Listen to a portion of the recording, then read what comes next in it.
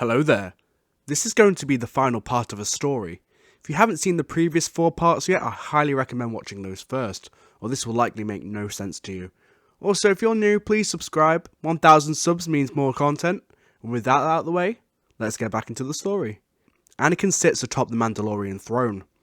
All of a sudden, a fleet of separatist cruisers leave hyperspace.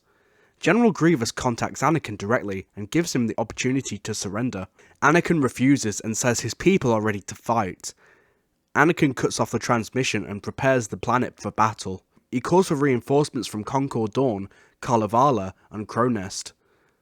The droids land and Grievous drops from a gunship and leads the attack himself. The Mandalorians take to the skies and drop onto the droids. Gar Saxon informs Anakin that Grievous has been spotted, and Anakin leaves the palace to confront Grievous himself.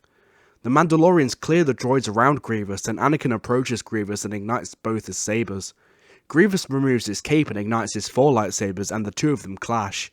Anakin outmatches Grievous and attempts to run, but Grievous is stopped by surrounding Mandalorians, ensnaring him with wrist cables. The Mandalorians drag Grievous back to Anakin, and Anakin raises the darksaber in the air. He says for crimes against Mandalore, the galaxy, and the Jedi Order, he sentences him to die, and Anakin beheads Grievous. Without leadership, the droids crumble at the hands of Mandalore. After the battle, Anakin walks through the streets to check on his mother. Luckily, her neighbourhood had been untouched by the droid army. Anakin approaches his mother's house, but is uneasy to see her front door is half open. Anakin rushes to the door and forces it open. He cautiously walks towards the kitchen, but can see a red glow from the hallway. He walks in to see Count Dooku holding his mother at saber point. Dooku tells Anakin that he may have cost him the war. Anakin asks what he wants, and to let her go. Dooku says he's giving Anakin a single chance. Join him and turn Mandalore against the Republic. Become his second in command, and help him install a new regime to the galaxy, free of corruption, or watch his mother die. Anakin looks his mother in the eye, and his mother gives him a look to say don't do it. Dooku suddenly brings his lightsaber down on Shmi, and hits Anakin with a barrage of Force lightning and throws him through the building. Anakin gets up and ignites his lightsaber and rushes back into the building, but Dooku is gone. Anakin drops to his knees and cradles his mother, and cries and yells in pain. Dooku is picked up by his shuttle and leaves the planet. Dooku is contacted by Sidious, and he asks if he's done as he asked, and Dooku says he has. Sidious then tells Dooku to move the separatist leaders to Mustafar, and launch a final grand assault on the Republic core worlds. The time has finally come. Dooku says it will be done, and enters hyperspace. A week later, Anakin is summoned to Coruscant to speak to Chancellor Palpatine directly. Anakin enters his office, and Palpatine stands to his feet and approaches Anakin. He tells Anakin that what happened to his mother was a terrible tragedy. Anakin thanks him for his condolences, but asks why he's been called here. Palpatine explains that the Separatists have made a massive final offensive against the Republic. The death of General Grievous has made them desperate. The majority of the Jedi Council are on the front lines. Anakin wonders where this is going. Palpatine tells him that their clone intelligence units have found Count Dooku and the Separatist leaders on Mustafar, in the Outer Rim, and he wants to give Anakin the opportunity to seek his justice, as well as end the war. Anakin asks what he must do, and Palpatine tells Anakin to take his troops to Mustafar, exact his revenge, and kill Count Dooku, but bring the Separatist leaders back to Coruscant alive. Anakin agrees and leaves. As Anakin leaves the planet, Palpatine grins and presses a button on his desk. In the Jedi Temple, an emergency meeting is called in the Council chambers. An informant of Quinlan Vos has intercepted a transmission between Darth Sidious and Count Dooku, ordering him to attack Mandalore. The Council uses a datapad's information retrieval function to ID a hologram, and is shocked at the revelation that Palpatine is Darth Sidious. The only Council members still in the Temple are currently Kit Fisto and Plo Koon. Windu tells Fisto and Plo to take the Temple guards to arrest Palpatine. The two Jedi do so, and enter the Senate building. They walk through the halls and see a disturbing amount of Coruscant guard troopers in the building. They approach the Chancellor's office, but is stopped by a clone sergeant. The sergeant tells the Jedi that nobody may see the Chancellor. He believes an assassination attempt on him is imminent. Master Fisto tells him the Jedi Council have evidence that Palpatine is the Sith Lord that's been playing both sides of the war since the beginning. He's a traitor to the Republic. The sergeant looks to his men, and then back to Fisto. and stands to the side as he says, "For the Republic." Fisto, Plo, and the temple guards walk into Palpatine's office and ignite their lightsabers. The clones raise their blasters in response. Plo tells him he's under arrest. Palpatine stands to his feet and says, "It's treason, and how dare they raise their weapons against him." Palpatine looks over to Commander Fox and tells him it is clear that they're here to assassinate him. They have committed treason.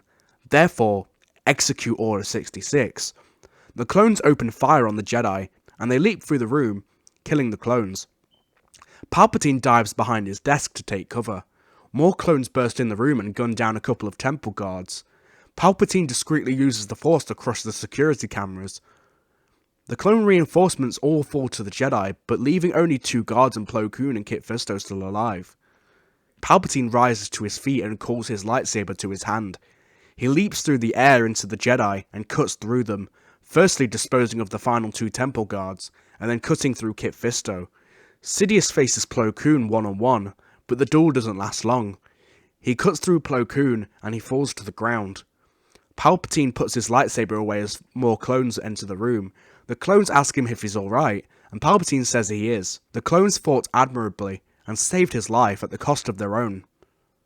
The clones tell Palpatine that they must evacuate him to a secure location, but Palpatine tells them to wait a moment as he gazes out the window. Across the galaxy, Anakin begins his attack on Mustafar. The Mandalorians drop onto the planet in a swift and devastating attack.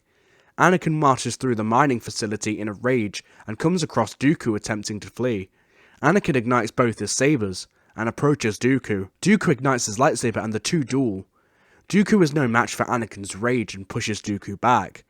Dooku attempts to shoot Anakin with lightning, but Anakin blocks it. Anakin continues his unrelenting assault, and Anakin disarms Dooku. He slashes Dooku across the chest and looks down at him.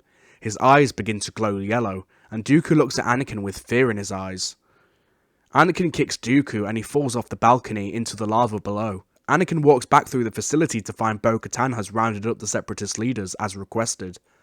Anakin loads them into the gauntlets, and the Mandalorians leave the planet to return to Coruscant. Palpatine senses this and walks to his desk and commands the entire Grand Army of the Republic to execute Order 66. Anakin returns to Coruscant, still dwelling on his dark thoughts.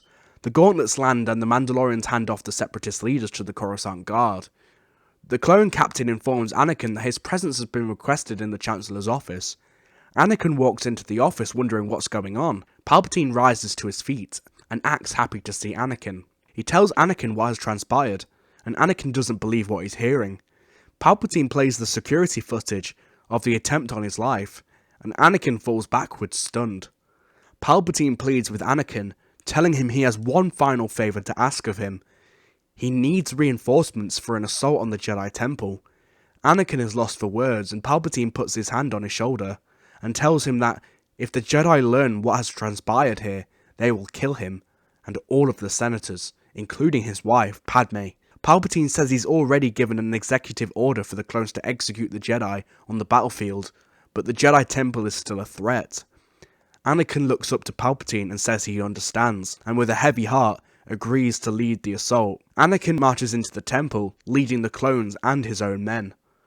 Across the galaxy, the surviving Jedi begin to regroup. Bail Organa manages to rescue Yoda, Obi-Wan, Ahsoka, and Mace Windu, and the group choose to return to the temple to evacuate the survivors. Their transport lands on the Jedi Temple landing pad, and they run through the halls to find Anakin cutting down Jedi. Obi-Wan asks why Anakin is doing this, and Anakin tells him he knows that the Jedi attempted to assassinate the Chancellor, and their treason will be dealt with. Windu speaks up and tells Anakin the truth, that they intercepted a transmission between Palpatine and Dooku, revealing Palpatine as the Sith Lord they've been looking for. Anakin says they're lying, and the Chancellor is incapable of what they claim. Mandalorians surround the Jedi, and Anakin charges into Obi-Wan. Anakin and Obi-Wan duel through the halls of the temple as Mandalorians and clones surround Windu, Yoda, and Ahsoka. Anakin pushes Obi-Wan back, but Obi-Wan perfectly defends against his assault. Obi-Wan pleads with Anakin, promising him that he's his friend, and his loyalty is to him and democracy. Anakin insists he's lying, and continues. As the duel continues, the Darksaber becomes heavy in Anakin's hand, as his conflict grows. Obi-Wan knocks the Darksaber out of his hand as a result. Obi-Wan pleads with Anakin once again, saying he's his brother and he'd never betray him. Anakin once again dismisses this as lies. Obi-Wan is bothered by this and focuses on the Force and waits for Anakin to push once again. Anakin attacks Obi-Wan, and Obi-Wan performs a skillful flourish that disarms Anakin, and Obi-Wan kicks Anakin to the ground. Anakin says that he'll never win. The Jedi are evil, and he's a traitor. Obi-Wan looks to Anakin before turning around.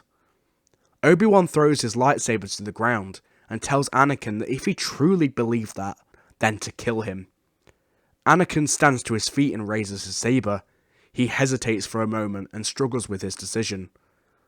Finally, Anakin brings his saber down and kills Obi-Wan. Anakin feels devastated by his decision, but turns to rejoin Bo-Katan in the main hallway. Anakin enters the room and Mace notices that Anakin has returned without Obi-Wan, and deduces that Anakin must have killed him. Mace rushes Anakin, leaving Yoda and Ahsoka to fend for themselves. Anakin and Mace duel. Anakin shakes his emotions away and goes into survival mode. Mace outmatches Anakin, and eventually Anakin has to fire a cheap shot from his wrist blaster in Windu's stomach to kill him. The clones and Mandalorians surround Ahsoka and Yoda, and Anakin watches as they overwhelm them and gun them down. Anakin returns to the Senate building, and Palpatine is pleased with Anakin and informs him that, as a defensive measure, the Republic will be reorganized into the First Galactic Empire. Palpatine then offers to help Anakin understand the subtleties of the Force. Anakin queries on how Palpatine knows the Force, and Palpatine tells him his mentor taught him everything about the Force, even the nature of the dark side. Anakin ignites his saber, saying the Jedi were right. Palpatine was a Sith Lord. Palpatine pleads with Anakin, telling him his deception was necessary to ensure his survival. His kind has been hunted for millennia by the Jedi, and he needed to ensure their destruction to secure his survival. Anakin cuts him off by swinging at him, and Palpatine uses the Force to stop the saber in midair. Anakin says he ordered Dooku to kill his mother. Palpatine plays dumb, but Anakin says only a handful of people knew about his mother on Mandalore: Obi-Wan, Bo-Katan, Jango Fett, and him. Palpatine admits that her death was a necessary loss. Anakin becomes rageful as the room begins to shake. Palpatine says he did it to free Anakin. In killing Shmi, Anakin unlocked his true potential and was able to use his pain and rage to kill Dooku, end the war, and defeat the most powerful Jedi in the Order. The room stops shaking, but Anakin still looks uneasy. Palpatine approaches Anakin and tells him that if he becomes his apprentice, he will have the power to never allow the ones he loves to die ever again. He can keep his wife safe. Anakin reads between the lines and sees the subtle threat that's been put on the table. Anakin has gone too far down this path. All his mentors are gone. His mother is dead, and all he has left is his wife and his people. Anakin submits to Palpatine and kneels before him, pledging himself to his teachings. And that is where this story ends. Thank you very much for watching, guys, and following this story until the end. I very much enjoyed developing the story. Tomorrow I will release the light side ending for this story, so stay tuned for that. I'll see you guys on Wednesday for my next live stream, so don't forget to subscribe. Until then, guys, may the Force be with you. May the power protect you. Bye.